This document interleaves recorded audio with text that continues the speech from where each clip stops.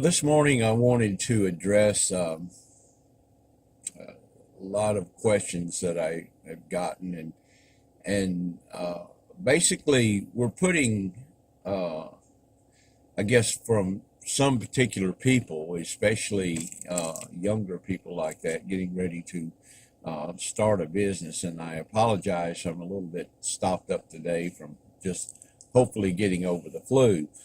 But what I wanted to talk about is so many people have, especially younger people, thinking about getting into the car business, and they just really get off with a lot of questions like, how do I set up my LLC? What do I do about my taxes? How much are the taxes on an auto auction? And of course, uh, these questions come, a lot of them come from Sal lately. And Sal, I'm going to address this to you, but they're good questions, but you're being premature there. Um, all these questions don't need to be answered before you get started. You're really complicating this thing, and I'm a car man, contrary to what uh, some people will say out there. Or I say some people, one person, as you saw in my earlier recorded voicemail that was left to me, some people will contradict that I'm a car man. And quite frankly, that's all I am, is a car man. I'm not an accountant. I'm definitely what has been called a redneck hillbilly uh, fool. I am that. I accept fool. I don't really consider myself a fool, but I'm proud to be a redneck hillbilly and a car man. That's all I am. I'm not a genius by any stretch of the imagination, or accountant, know how to set up businesses. I ask all these questions, and to tell you the truth, I still don't have all the appropriate answers when it comes to setting up the perfect business. I set up businesses according to what works for me here in the state of Tennessee and Alabama. Your state's going to be different requirements and things of that nature. But what I really want to point out here is that in any business, not only the car business, don't complicate it. Number one, you have to get started. Um, and you don't have to have everything in place when you get started. You have to have enough to get started. Basically, just like the taxes being paid at the fees and the auctions and things of that nature that get asked. Those questions are obviously because you've never been to an auction or anything like that. And that's the first thing you're going to have to do. You're going to have to do your homework, and the only way you can get the homework is to get the hands-on experience and get into an auction. And the questions that you're asking can get you in a lot of trouble because they come from experience. Just like that, you've heard that there's a lot of auctioneers are tricky. There's nothing in life that's tricky. As long as you prepare yourself and you understand uh, how the trick works, it's just like magic or anything. You got to understand. You do your homework, your experience, and things of that nature. The auctioneer do what they're supposed to do. They don't lie about cars. Do they start a number out at higher, way a lot higher than you can actually buy the car for? And that's auction rhetoric, and it goes with the business, and it's your responsibility to understand how to work through that rhetoric. And unfortunately, all you do is wait. Now, the biggest mistake that I see people make, especially when they go to an auction, is they jump in. Number one, they go like it's a social event. Um, I never, I may ride to the auction with someone, but I never hang around anyone when I'm at an auction. I don't have any distractions. I'm a loner when I go to that auction. You'll see me very few times with a camera trying to do two or three uh, two or three different things at once. I'm not making videos when I'm going to an auction. I think you got to do one or the other. You got to make videos. You got to buy cars. And when I go to an auction, I'm going to buy cars, solely going to buy cars. I'm not going to promote the YouTube channel. I'm not going to socialize with a lot of people. I'm there for one reason, and that reason is to purchase inventory and pay attention to the rhetoric that's being done from the auctioneer.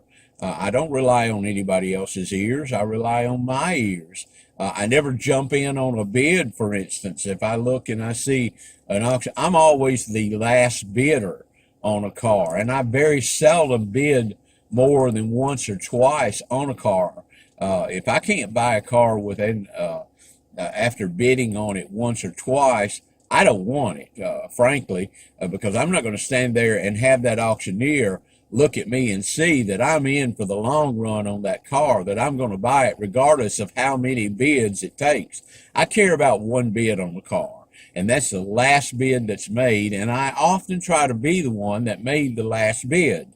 But I wait. I don't jump out there real quick to buy that car. Don't get real anxious to buy that car. I wait until that car is within a price range that I think I can make a profit. So by saying that, the auctioneer may start a car out. I've in my mind said, well, I'm going to give, I think I can buy this car for $1,500. You might go to the auctioneer and he's starting that car out at $4,000. Well, obviously I'm not interested in standing there placing a bid on a car just because he's starting it out asking for the world on the car. I'm going to wait.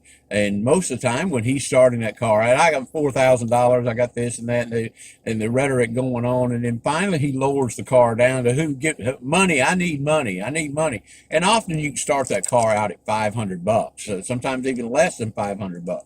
And then it's within reason. But no, if you go to an auctioneer, or an auction company at all, and you think you're going to, these guys are just going to start out what it's worth, or a low bid, that's not going to happen. They're going to start every car out very, very high.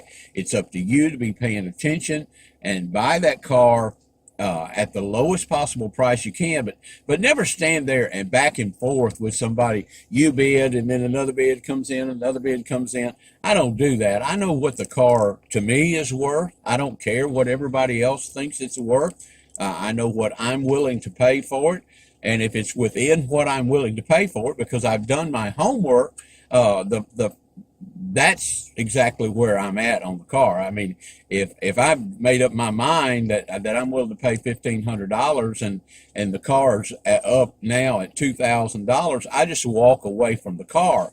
I don't go out and change my mind when I've come up with a figure that I'm going to pay for the car. Now that's the auction part of it, and I don't want to carry this video too long. I'll try to make a lot of questions, but by answering a lot of questions, what you really need to do is get into the business. If you can't get into a dealer auction, go to public auctions. Learn about auctioneers and learn about auction companies and stuff like this. I'm getting some questions, and particularly from you, Sal. I'm not pointing any fingers, but you're trying to get things. You're delaying your progress because you're complicating the issue. Number one, go to auctions. Every auction has different policies. As far as taxes, auctions have fees, of course, but you don't pay taxes when you're a car dealer.